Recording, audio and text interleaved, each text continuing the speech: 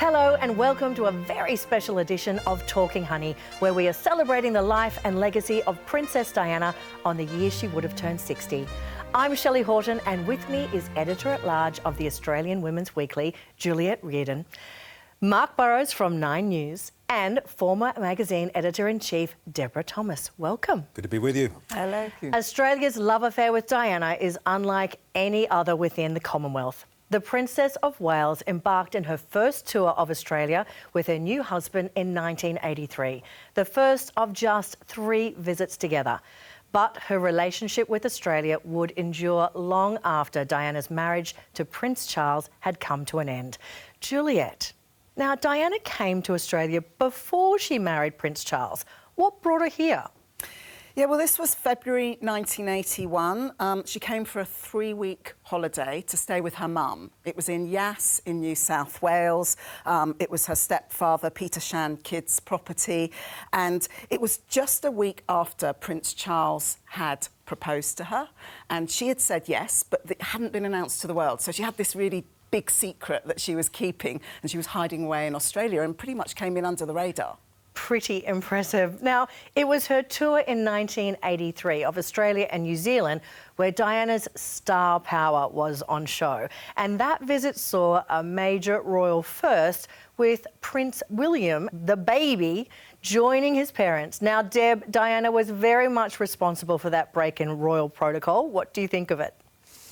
Look, it was I don't think her intention was to capture the hearts of the nation by doing that. Her intention was to have her 1-year-old baby with her on tour and not leave him behind. But if you think back on it, it was a brilliant move in terms of capturing the hearts and minds of not only Australians but the entire world. And of course the photo opportunities were just extraordinary. Everybody wanted to see the young future king, yes, or third in line to the throne. So a smart move, but she was more than that. The thing is that she was incredibly glamorous, she was incredibly charismatic, she was photogenic, she was really the most famous woman in the world at that time. So of course everybody wanted to watch her every move and every single thing that she was wearing. And I think it's interesting because that tour was all organised around the baby. Yep. You know, they had to come back all the time to spend some quality time with baby William. And we don't see that now. We see these very quick tours where they come for a few days. But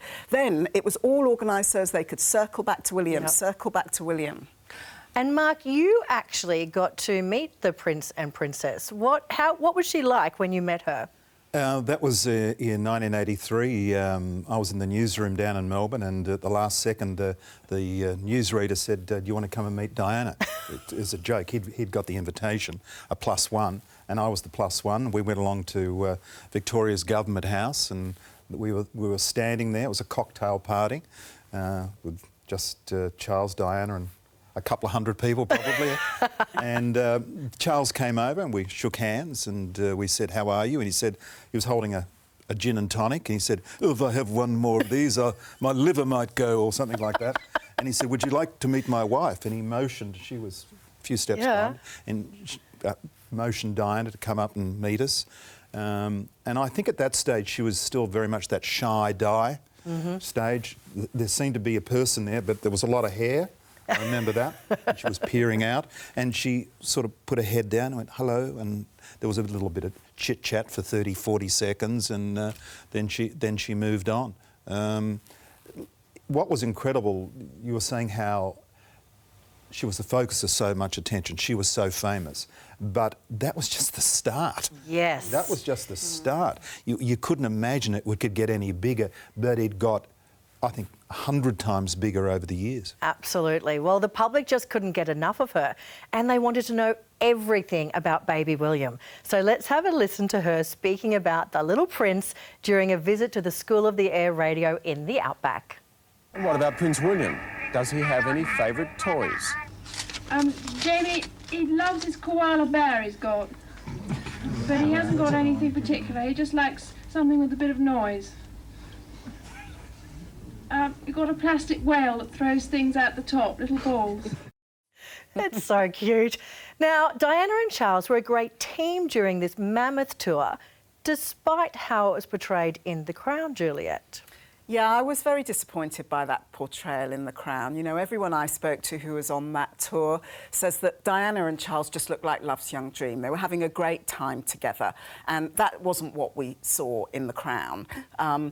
Diana really relied on Charles on that tour. He was teaching her. She was shy. She was learning her way. And she wrote to the Queen Mother about it, and she said how much Charles had helped her and supported her, and what a great time she had. So I really feel that Crown representation is not good at all. It wasn't a documentary. No. We have to remember there's interpretation there. Deb, everywhere that Diana went, everyone wanted to see her. Not so much Charles. Why do you think Australians just love Diana so much? Well, apart from the fairy tale, she had this incredible authenticity about her. She seemed very real, very I was going to say friendly and open, unlike what we had seen in the royal family prior. Much more relaxed. Of course, she was a new mum. I mean, everything about her was absolutely fascinating. But I don't think that people didn't want to see Charles, because we've always had a fascination with Charles as well. They just wanted to see Diana a whole lot more. And if I'm going to be fair to Charles, I'll say this was the first time Diana was here. Charles had been here many times previously. However, there was just something about her that radiated, and that was her entire life. She really fascinated people, which was why she was on the cover of every magazine, and you know, everybody just couldn't take their eyes off her. Well, the couple returned in 1985 and took to the dance floor on the Southern Cross Hotel in Melbourne. And Mark, you were there again. Yeah, so I was covering that tour, and they had to choose what reporters went inside for this event on the dance floor. And so, oddly, there was the British cameras, the Australian cameras. Our camera was allowed to go in, and I was going to be the pool journalist inside. Yeah. And I didn't think much of it at the time, and I'm not particularly into dancing. I didn't really care about it too much. So there we were on the side of the dance floor, and they both came out, both danced. There were a couple of, more than a couple of photographers were allowed in, as well as the video cameras. And when it finished, the frisson of excitement amongst the press pack about this vision. And I didn't really get it at that stage. Yeah. They danced and they were saying, what happened? I said, well, they were dancing and they were yeah, but we want detail. You know, tell us. And I just didn't really, at that stage, quite see how big it was. And we had to get our vision out to them. Yeah. It was the biggest thing. Wow. In that scene. Oddly, the British press pack had never seen someone so free, so happy, to be enjoying themselves. She loved to dance She as loved- well. Yeah, exactly. She had studied dance. She was a great dancer. And Charles was a great dancer too, and he was Yeah. whisking around that dance floor. He was. And it was lovely to watch, and I wish we had more of that now on the royal tours. True. Deb, now you also had a close encounter with the Princess of Wales at a rock concert. That was in 1985, and it was called Rocking the Royals. So it was there was a concert with In Excess with the models, and I think Kate Sobrano as well. So I actually sat 2 seats behind Diana, so I got a very good look. And she was even more beautiful in real life than any of the pictures. That incredible peaches and cream skin, and I watched her, and she was dancing in her seat and really getting into the rock and roll music. Charles was a little bit more demure, just sort of tapping his hand as he sat sort of quite stiffly in his chair, but a great opportunity to observe her beauty. Well, their final visit together was in 1988 when they danced again in Melbourne, but their relationship was far from the fairy tale we thought it was. Wasn't that right, Juliet? Yeah, I mean, that was to celebrate the bicentenary, and on the surface all looked well, but, you know, we now know that things were strained behind the scenes, and, you know, it all started to fall apart after that, yeah. Well, Diana returned to Australia without Prince Charles in 1996, post-divorce. This is her speaking at the charity ball for the Victor Chang Foundation. Tonight, we give heartfelt thanks that a good man, Dr. Victor Chang, did a great deal, and of that, we can all be thankful as we look forward to the future. Oh, Deb, that was the dress, the blue Versace. She looked fantastic in everything she wore, but of course she could later on wear foreign designers like Versace, and Donatella Versace has spoken about her love of fashion and how she had this innate sense of style and looked amazing. I must admit, looking at that footage though, she looks a bit thin. Yes, well, we know her battles. And she was also wearing the aquamarine ring that now Meghan wears. Yeah, it's lovely to see that jewellery passed on, I think. I just think she has been a fashion icon. Even when she gets it wrong, I love it. Well, I think what was lovely too, and that Versace dress really sort of says it, she simplified her style as she went through. In the beginning, it was quite frou-frou, and even in that first dance in '83, she's wearing quite a frilly frock.